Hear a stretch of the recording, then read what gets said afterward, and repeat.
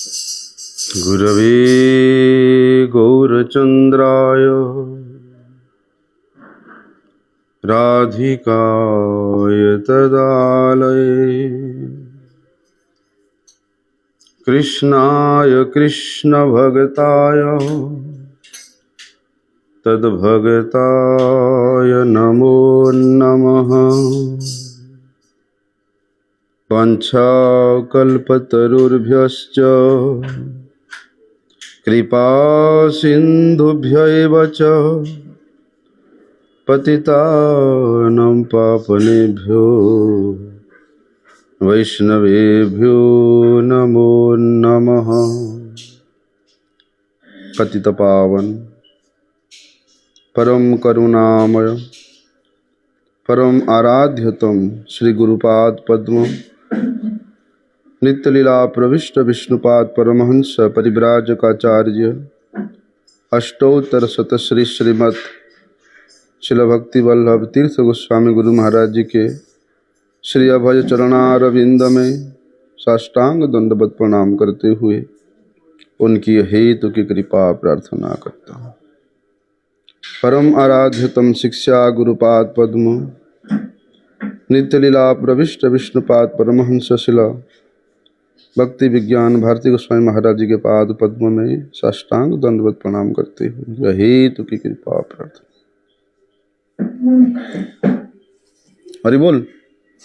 Hello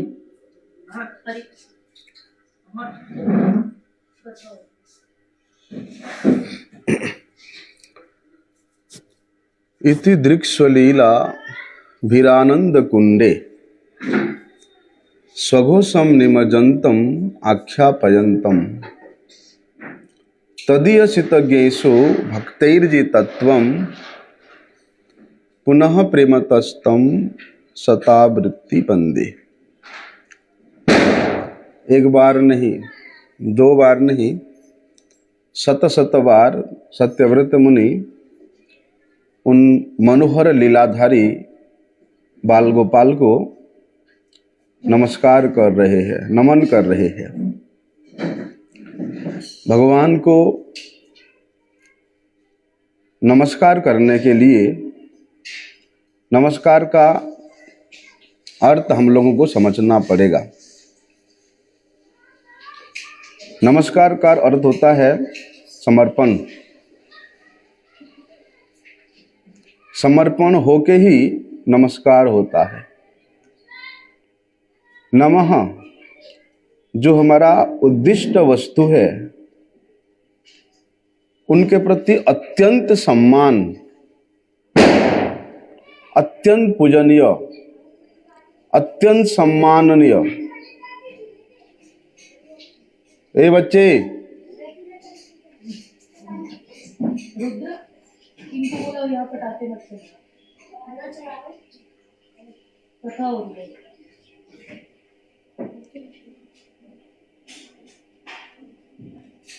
इसलिए नमस्कार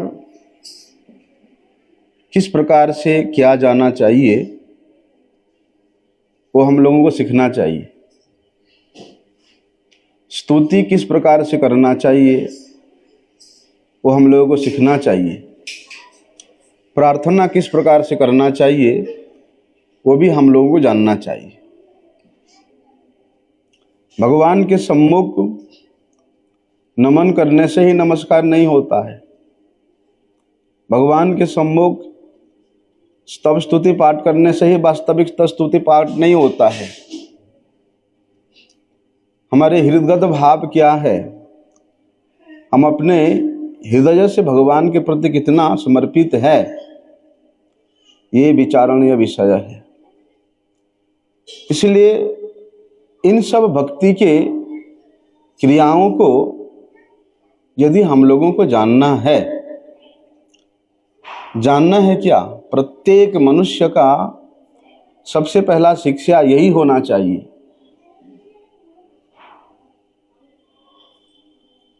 इसलिए क्या करना चाहिए, सबसे पहले गुरु पदाश्रय ग्रहण करके उनसे दीक्षा और शिक्षा लेनी चाहिए।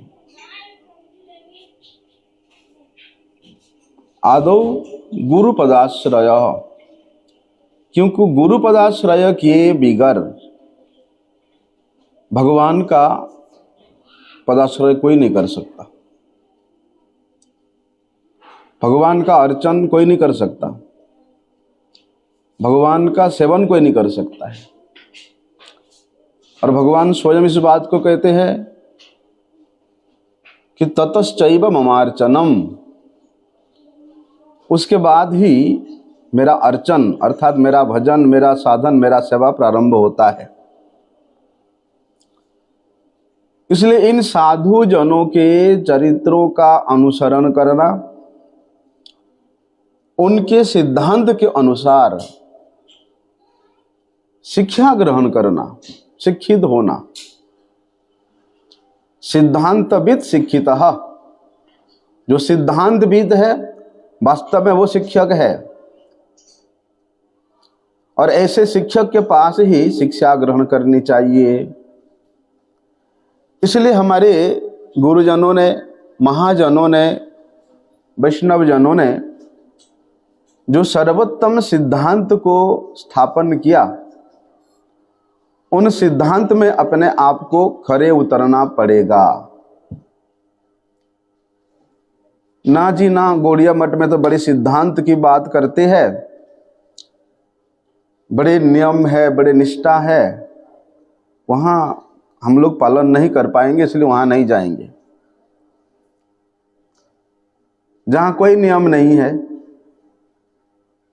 सब कुछ खा सकते हैं, एकादशी में भी खा सकते हैं, कोई नियम नहीं है, हम ऐसी जगह में धर्म का आचरण करेंगे।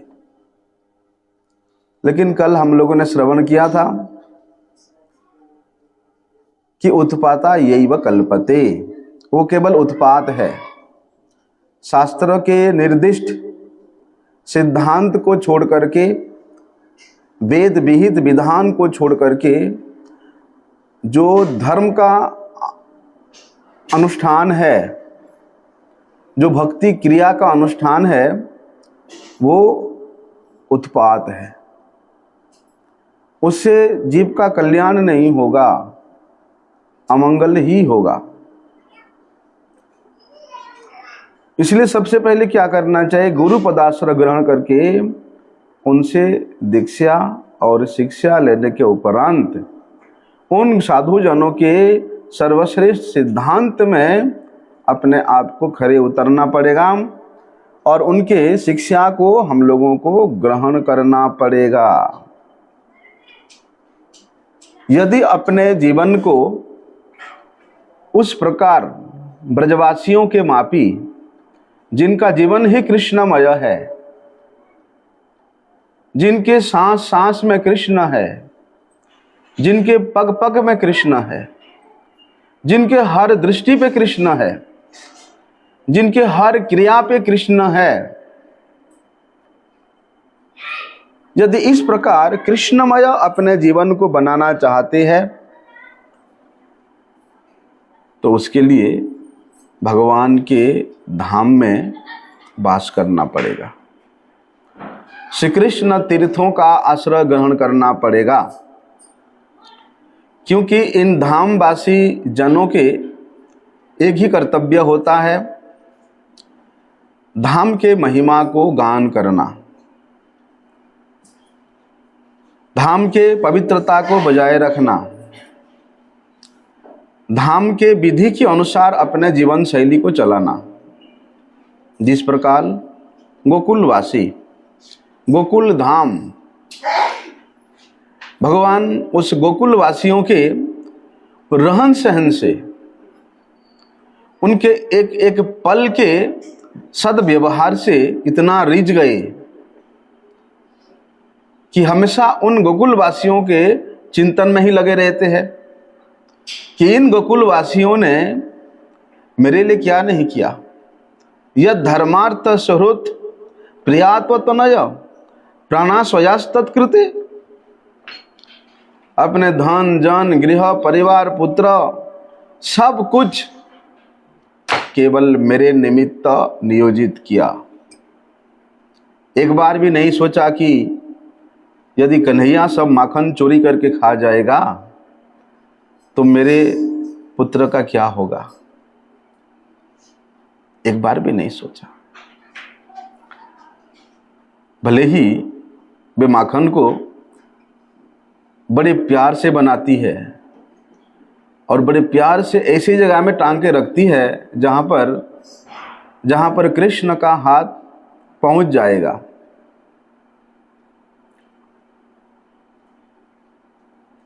और वे मन ही मन यही प्रार्थना करती कि आज श्री कृष्ण मेरे घर में आए और मेरे घर के माखन को चोरी करे। यह धर्मार्थ श्रुत प्रिया तनय प्राणा सो, जैसे कि अपने प्राण भी उन्होंने श्री कृष्ण के निमित्त नियोजित किया।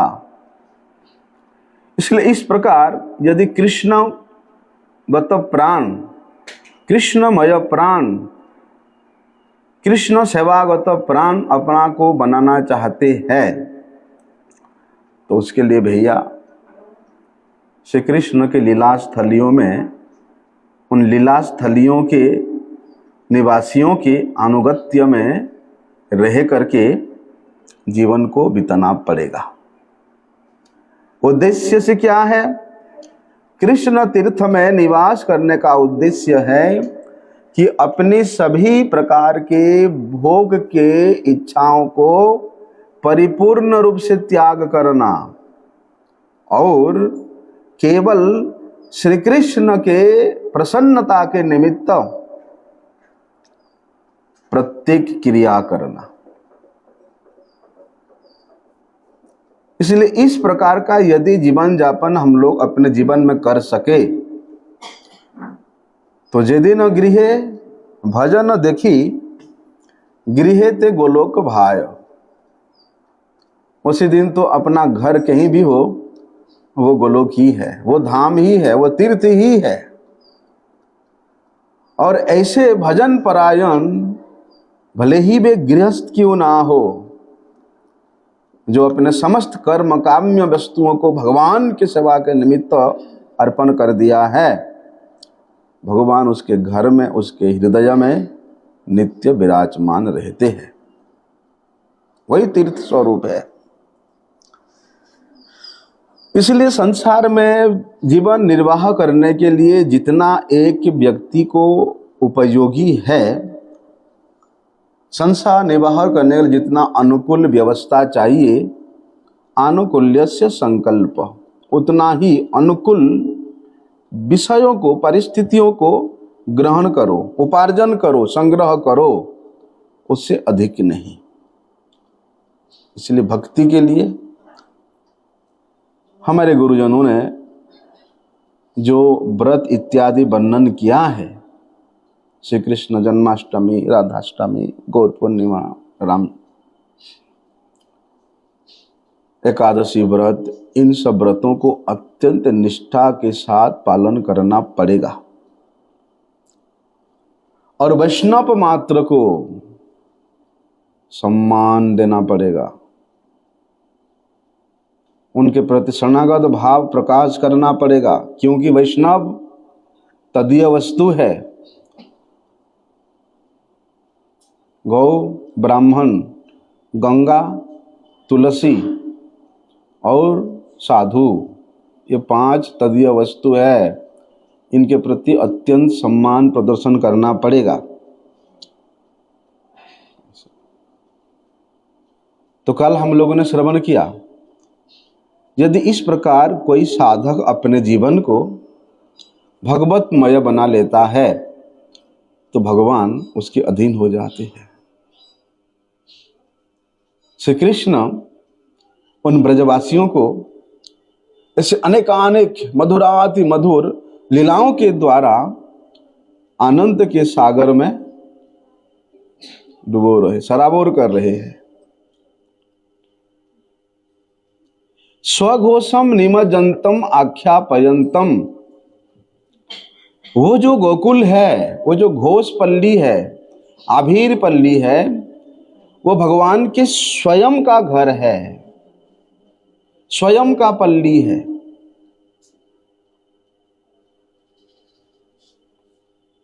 इसलिए वहां रहने वाले जितने भी बासिंदा है, गोकुल वासी है, उनका भगवान के साथ जितना घनिष्ठ संबंध है, जितना उनका अपनापन है, उतना अपनापन यदि हम लोग अपना जीवन में लाना चाहते हैं तो हमारे गोस्वामीगणों ने, गुरुजनों ने जो विधि बताया, उन विधि को हम लोगों को पालन करना पड़ेगा। अरे जिन ब्रजवासियों को श्री कृष्ण के प्रति भगवत्ता का कोई भी विचार नहीं है, भले ही भी भगवान सर्वेश्वर है, सर्वशक्तिमान है, अनादि है, अनंत है, लेकिन फिर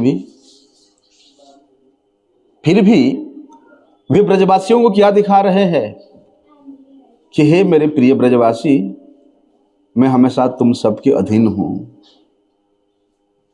मैं तुम सबका वशीभूत हूं।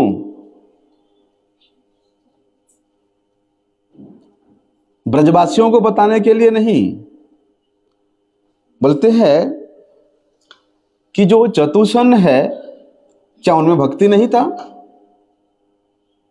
वे भी भक्तिमान है, भगवान तो उनके अधीन नहीं हुए। ध्रुव जी, प्रहलाद जी, नारद जी, उद्धव जी, क्या वे भक्त नहीं थे? भगवान उनके तो अधीन नहीं हुए। जितना यादव गण थे, विचार करें तो यादवों के साथ भगवान का कितना संबंध है।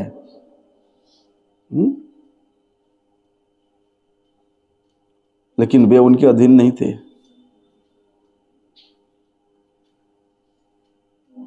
इसलिए उन सबको भगवान ये दिखाना चाहते हैं कि तदीयसित गेशु भक्तैर्जी तत्वम, कि भैया मैं तो केवल मेरे उन अति प्रियता से युक्त गोकुल वासियों, वृंदावन वासियों के अधीन हूं। लेकिन क्या वैसी भक्ति से जैसे इनका भक्ति था, नारद जी का, उद्धव जी का, प्रहलाद जी का, ध्रुव जी का, चतुसन का, यादवों का, ऐसे भक्ति से भगवान कभी वशीभूत नहीं हो सकते हैं। क्या कहते कविराज गोस्वामी कि ऐश्वर्य शिथिल प्रेम नाही मोर प्रीति। जहां ऐश्वर्य भाव है, जहां भगवत्ता भाव है, जहां सर्वेश्वरता भाव है, ऐसे भक्ति में भगवान वशीभूत नहीं होते। वहां भगवान का जो प्रेम है वो शिथिल हो जाता है, संकुचित हो जाता है। भले ही वे स्तुति करते हैं, भक्ति करते हैं, हाथ जोड़ते हैं, किंतु ब्रज के जो भगवान के सखागण है, श्रीदाम, सुबल, मधुमंगल, नंद बाबा, यशोदा मैया, समस्त गोपियां, और उन गोपियों में भी सर्वश्रेष्ठ श्रीमती राधा रानी, वे तो इनके वशीभूत है, इन ब्रजवासियों के वशीभूत होंगे। इन तमाम गोपियों में श्रेष्ठ है श्री राधिका जी। इसलिए श्रीमती राधा रानी के जो किंकरी गण है, उनके जैसे, उनके भांति भक्ति हो, उनके भांति समर्पण हो, उनके भांति तत्परता हो, उनके भांति सेवा की चेष्टा हो, तो श्री कृष्ण वहां संपूर्ण रूप से वशीभूत हो जाते हैं, अपने आप को दे देते हैं। क्या कहते वहां कि अनंग रंग मंगल प्रसंग भंगुर भ्रुवाम सविभ्रमम संभ्रमम दुर्गंत बाण पातने निरंतरम वशीकृत प्रतीत नंद नंदने कदा करिष्यसि हमाम। कि इन गोपियों के पास, और उनमें भी सर्वश्रेष्ठ श्रीमती राधा रानी के पास श्री कृष्ण सर्वदा वशीकृत है। वे रंगमंच पर, वे मधुर लीला के रंगमंच पर, वे परम प्रेयसी गोपियों के प्रेम के रंगमंच पर, भले ही भगवान कितनी टेढ़ी नजर डाले, अपने बांके बिहारी स्वरूप को कितना भी प्रकाशित क्यों ना करे, अपने भ्रुकुट के द्वारा भगवान कितना भी आश्चर्यता को प्रकट क्यों ना करे, लेकिन जिनके एक कटाक्ष दृष्टि से श्री कृष्ण नंदनंदन वशीभूत हो जाते हैं, जिनके उल्हाना से, जिनके गाली से, जिनके उंगली के इशारे से, जिनके मन के इच्छा के अनुसार श्री कृष्ण वशीभूत हो जाते हैं, ऐसे जो गोपीजन है, ऐसे जो श्री भानुनंदिनी है, उनके कृपा कटाक्ष का पात्र कब बनोगे, कब बनाओ। इसीलिए हम देखते हैं कि श्री सीता जी भी, क्या उन्हें मधुर भाव नहीं था? क्या राम जी उनके वशीभूत हुए कभी? श्री सीता जी का भी स्वकीय मधुर भाव था और उन्हें राम को उसके लिए वशीभूत नहीं कर पाए। बरम राम जी ने 2 बार उनको त्याग करके उनको जंगल में भेज दिया था। भेजा था कि नहीं भेजा था? क्या श्री कृष्ण हमारे स्वामिनी जी को अपने घर से जाने को बोल सकते हैं, घर से निकाल सकते हैं?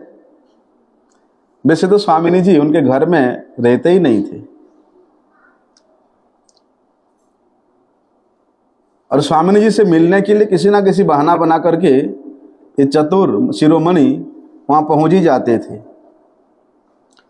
इसलिए अपने घर से स्वामिनी जी को निकालने की बात तो बड़ी दूर रहे, उनसे कह भी नहीं सकते थे, क्योंकि उनसे वे डरते थे। श्री कृष्ण उनसे डरते थे। श्रीमती राधा रानी अपनी सेवा भाव के द्वारा, प्रेम भाव के द्वारा वे श्री कृष्ण को इतना वशीभूत कर लिए थे, यहाँ श्री कृष्ण इतना वशीभूत हो गए थे कि वे भयभीत होते थे। श्रीमती राधा रानी के प्रेम में सराबोर रहने के कारण वे उनसे डरते थे। कैसा भगवान है, अपने भक्त से डरता है, हैं? इसलिए कहीं भैया हमसे किसी प्रकार कोई त्रुटि ना हो जाए और राधा रानी रूठ जाए, ये हमसे नहीं हो सकता। अरे भैया उनकी बात तो अलग रहे, राधा रानी गोपियां भी अपने उंगली के इशारों पे उनके नचाती है।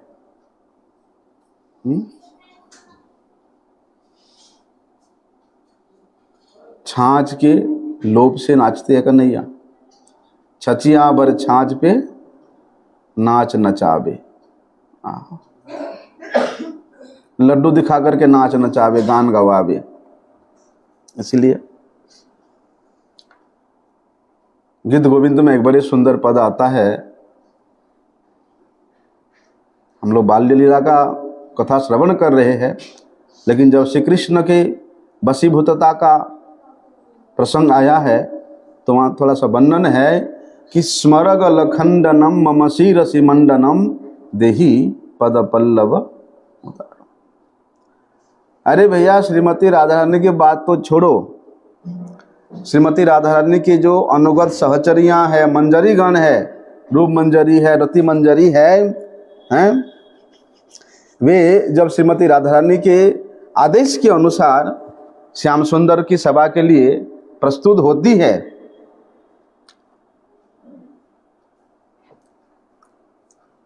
तो श्याम सुंदर उन मंजरियों के पैरों में पड़ करके उनसे आज्ञा मांग करके कुंज में प्रवेश करना चाहते।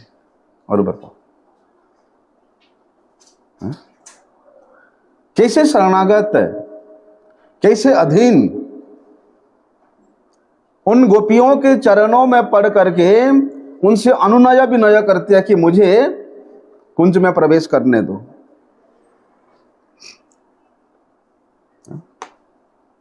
इसलिए रघुनाथ दास गोस्वामी जी ने बड़े सुंदर बात कहते हैं कि पादाब जयोस्तव बिना वरदास्यम एव नान्यत कदापि समये किल देवी याचे सख्यायते मम नमोस्तु नमोस्तु नित्यम दास्यायते मम रसवस्तु रसवस्तु सत्यम। वहां रघुनाथ दास गोस्वामी श्रीमती के चरणों में प्रार्थना कर रहे कि हे देवी, आप सब कुछ देने में परम समर्था हो, लेकिन मैं आपके चरण कमलों की सेवा के अतिरिक्त और कुछ भी नहीं चाहता। आपकी सख्य पद की, आपकी सखियों की पद, मंजरियों की पद तो मेरे चिंतन से भी दूर है, उसको तो मैं दूर से कोटि कोटि प्रणाम करता हूं। मुझे तो केवल आपके चरण कमलों की सेवा के रस में जो आनंद मिलता है, बस मुझे वही आनंद मिलता रहे, वही सेवा मिलता रहे, और कुछ नहीं चाहिए।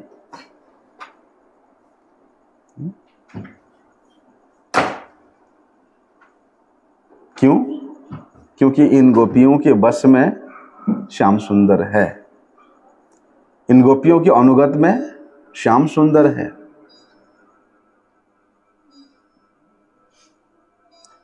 इसलिए इन गोपियों के, इन ब्रजवासियों के, नंद बाबा जसोदा मैया की जब तक अनुगत्य हम लोग स्वीकार नहीं करेंगे, तब तक ब्रज के इस मधुराति मधुर लीलाओं को समझना या उसको श्रवण करने का योग्यता भी हमें कदापि प्राप्त नहीं होगी है। इसलिए याद किंकरी बहुश खलु काक वाणी नित्यम परस्य पुरुषस्य शिखंड मौले तस्याः कदा रसनिधे वृषभानुजाया तत्के लिकुंज भवनांग मार्जनिष्यम। इतना अधीन हम लोग सुबह निशांत लीला में कौन सा भजन गाते हैं? देखिया अरुणोदय वृंदा देवी व्यस्त है कुंजे नाना रव कराइल। अर्थात इन गोपियों के उठाने पर वे उठते हैं, इनके बिठाने पर बैठते हैं, इनके खिलाने पर खाते हैं। क्या ये किसी भक्ति के द्वारा संभव हो सकता है?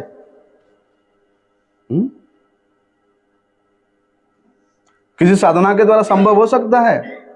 मैया कहती है, अरे कन्हैया, आज तू जंगल में गैया चराने मत जा। क्यों?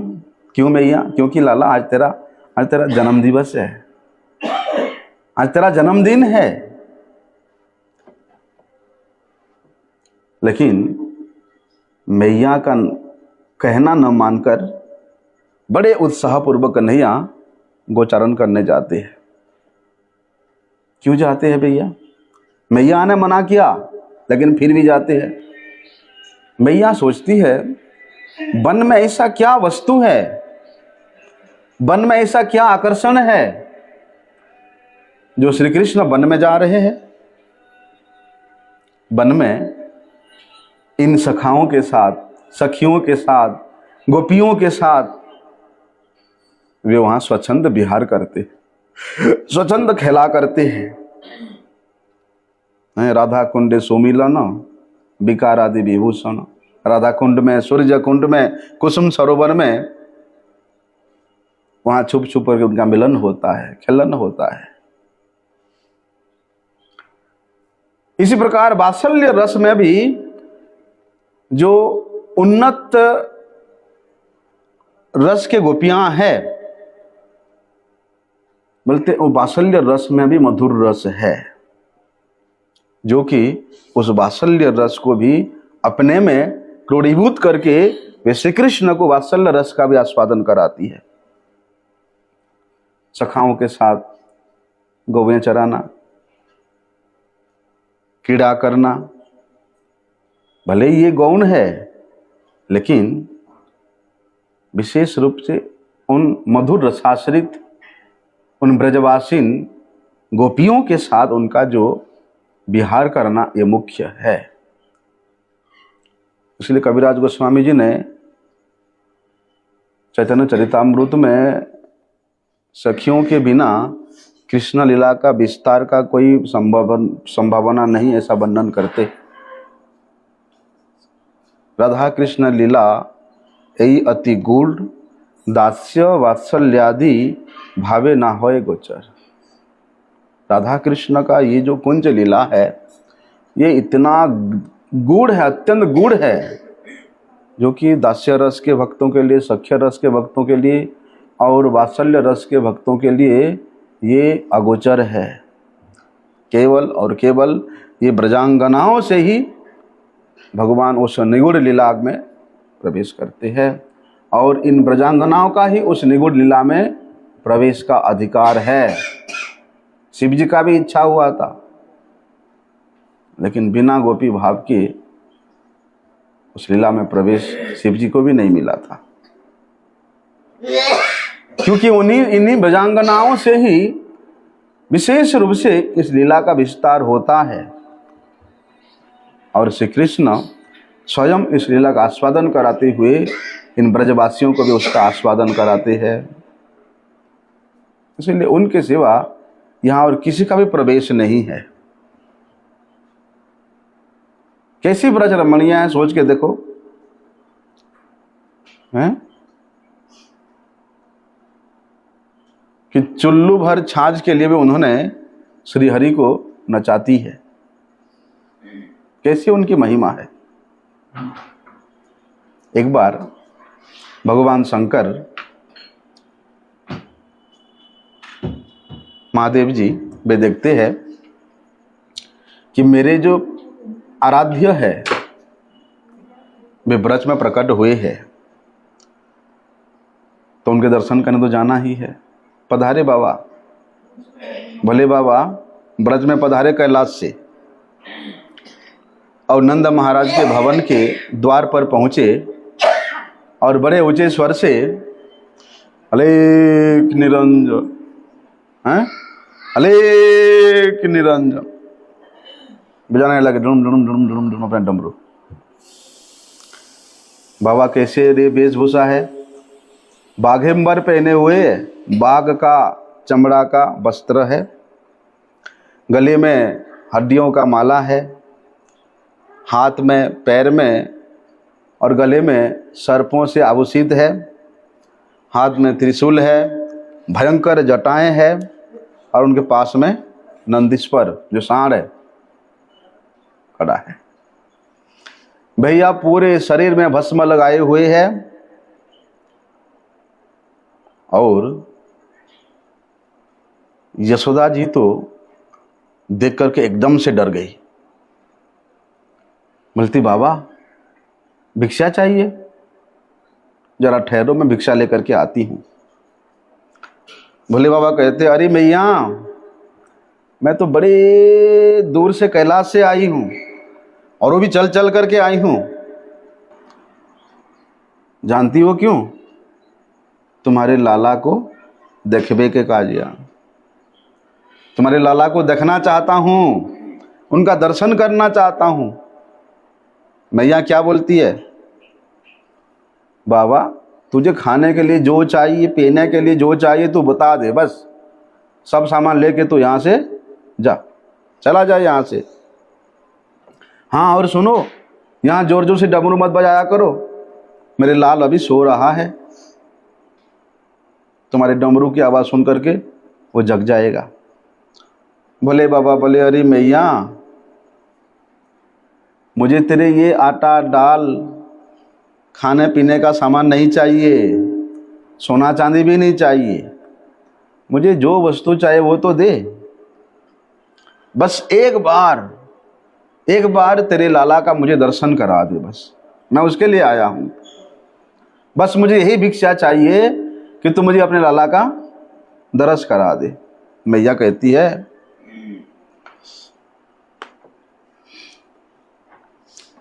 अरे बाबा देख मैं बूढ़ी हूँ, मैं बूढ़ी होकर के तेरे ये रूप को देख करके मैं डर गई हूँ और मेरे छोटो सो लाला सुकुमार लाला वो तेरे इस रूप को देख करके राम राम राम राम नहीं नहीं नहीं नहीं दिखाऊंगी, तो जा बाबा यहाँ से जो चाहे तो लेकर के जा। मैं यहाँ घर के अंदर चली गई। बोले बाबा इतना दूर से कब मानने वाले थे? मैं यहाँ कितना भी बोले वो मानने वाले थे। बस बाबा जमा लिया अपना धोनी नंद बाबा के महल के समीप में। अरे मन ही मन बाबा कहते हैं मैया जब तेरो लाला बड़े होगो तब तो बाहर खेलवे को आवेगो, तभी तब मैं यहाँ बैठे रहूँगो। जब बड़े होगो खेलवे को घर से बाहर आवेगो तब मैं बा को दर्शन करूँगो। जमा लिए बाबा अपना धोनी वहाँ पर आशेश्वर बाबा नंद महल के पास में। देखते हैं कैसे मैया दर्शन नहीं कराती है। अब तो मैया मैं बिना दर्शन किए मैं कैलाश को लौटूंगी नहीं। जिस स्थान पर बाबा बैठे थे आज भी वो स्थान योगिया कुंड के पास में है, आशेश्वर महादेव के नाम से। वहाँ जो कुंड है वो योगिया कुंड है।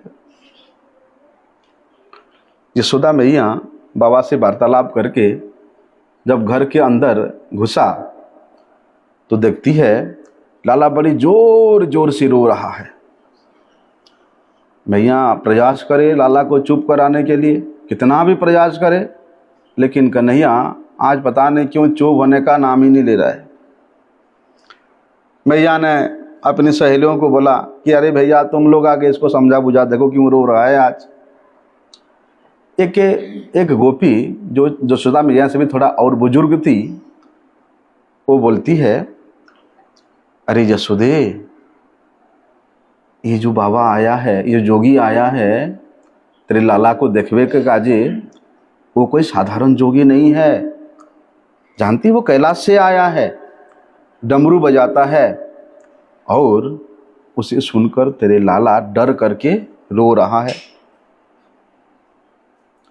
दिखा दे तेरे लाला को एक बार, इतना दिन से डमरू बजा रहा है, एक बार देख के चला जाएगा, दिखा दे क्या है। तब यशोदा मैया क्या करती है, अच्छा जब तक ना दिखाऊंगा तब तक जावेगा नहीं बाबा। हाँ इतना दूर से ऐसे पैदल आयो है, देख के ही जावेगो, दिखाए दे। तब यशोदा मैया कोई उपाय नहीं देख करके, जो शुभ होता ना, शुभ काले शुभ होता है, एक तो सफ़ेद शुभ होता है, एक काले शुभ। काले शुभ में लाला को लेटा दिया, काले कपड़े पूरे शरीर में ढक दिया, यहाँ पर काले काले काजल का डब्बा लगा दिया, माथे पर काले का टिक्का लगा दिया, हैं काजल का टिक्का, और लाला को बाहर लेकर के आई। एक झलक दिखा करके तुरंत फिर महल के अंदर चली गई। लाला रो रहा था, चुप हो गया एकदम। मैया भी बड़ी आश्चर्य, अरे इतने समझाया, इतना उसको प्यार दुलारा किया, नहीं चुप हुआ। थोड़ा सा बाहर आकर के बाबा को दिखा दिया, एकदम शांत हो गया लाला, चुपचाप हो गया। मैया देख करके बड़ी चिंतित हुई। तो भोले बाबा कहते हैं अरे मैया, अब तो मैं यहाँ तेरे महल के पास ही धुनी जमाऊंगो।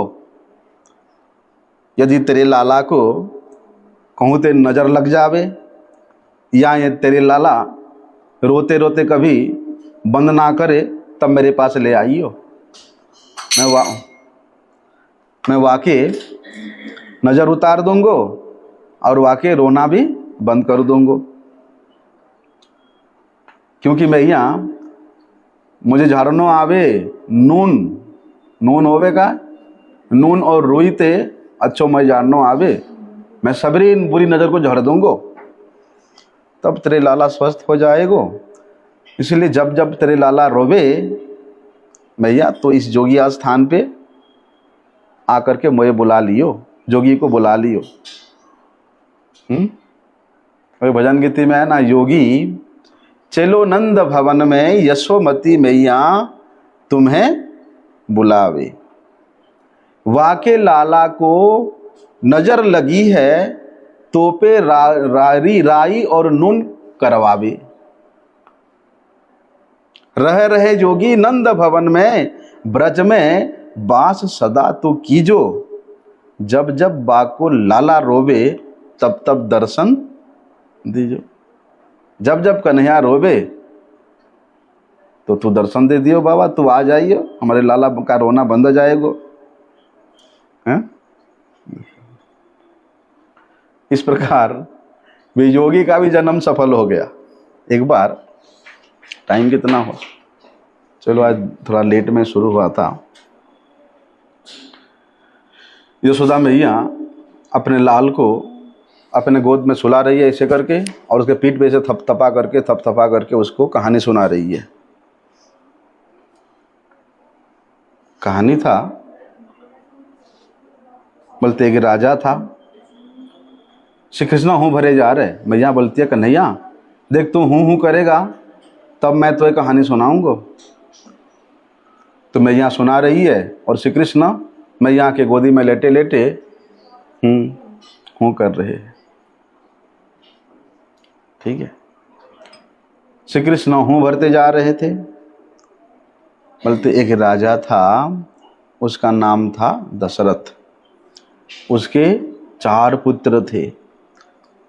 जब चारों पुत्र थोड़े से बड़े हो गए तब विश्वामित्र ऋषि यज्ञ के रक्षा के लिए उनको वन में ले गए।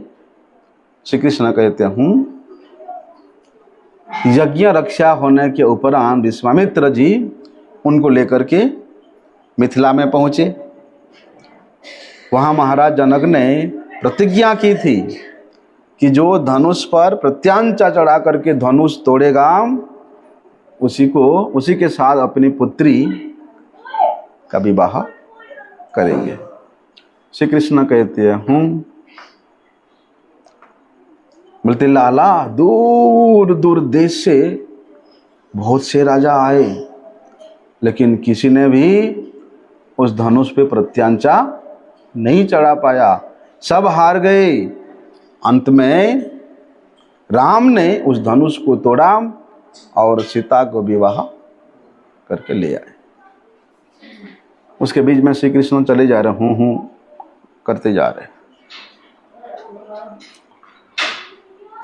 जब मैया थोड़ी सी रुक गई तो श्री कृष्ण बीच में से कहते हैं उत्कंठ अरे मैया, उसके बाद फिर क्या हुआ? मैया थोड़ा रुक गई, थोड़ा विलम्ब हुआ बोलने में। तो श्री कृष्ण कहते मैया उसके बाद क्या हुआ? फिर मैया कहती है पिता की आज्ञा पालन करने के लिए राम वन में गए। राक्षस मारीच ने छल से राम को घोर जंगल में ले गया और उधर सीता जी को हरण करके रावण ले गया। इतना सुनते ही छोटे से कन्हैया आवेश में आ गए और अपने माँ के गोद से कूद करके बोलते लक्ष्मण ला मेरा धनुष ला, लंब दे उठे कन्हैया।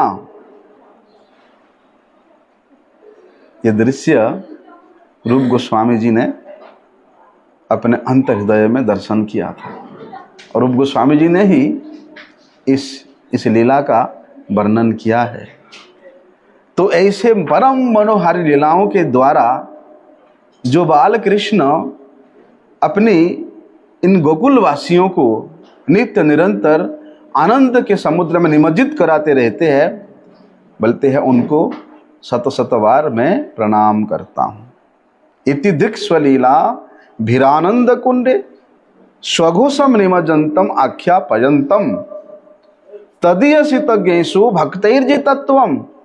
बोलते उन्हीं ब्रजवासियों के अधीन रह करके बोलते उन्हीं को अपने आनंद के रस समुद्र में निमज्जित कर रहे हैं। ऐसे भगवान को सता व्रतिम बंदे मैं बार बार प्रणाम करता हूँ, नमन करता हूँ। ऐसे भगवान की परम मनोहारी लीला इस कार्तिक मास में विशेष रूप से दामोदर लीला के अंतर्गत में श्रवण करना, चिंतन करना, ये भक्ति का एक श्रेष्ठ अंग है।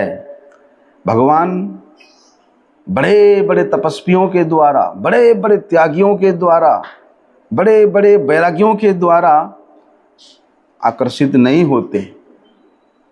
इन गोकुल वासियों के, इन ब्रजवासियों के महिमा जहाँ गान हो रहा है, जहाँ कीर्तन हो रहा है, भगवान वहाँ आकर के उन कीर्तन करने वाली और श्रवण करने वालों के हृदय में बैठ करके उसको परमोत्साहित प्रदान करते रहते हैं। आहा, मेरे ब्रजवासियों का, मेरे गोकुलवासियों का गुणगान हो रहा है, भगवान वहां तुरंत विराजमान हो जाते हैं।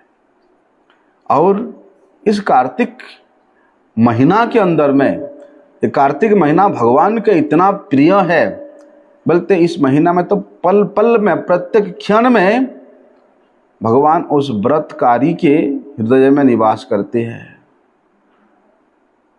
इसलिए अत्यंत निष्ठा के साथ, उत्साह के साथ हम लोगों को विशेष रूप से भगवान के लीला कथाओं का श्रवण करना चाहिए।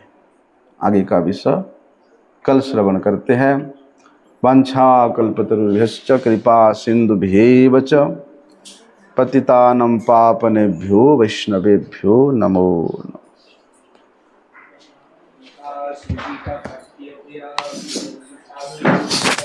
वहाँ से आने में इतना टाइम लगता है, जब कथा खत्म करके बंद कर दो ना इसको, वहाँ से आने में 1 घंटा लगा।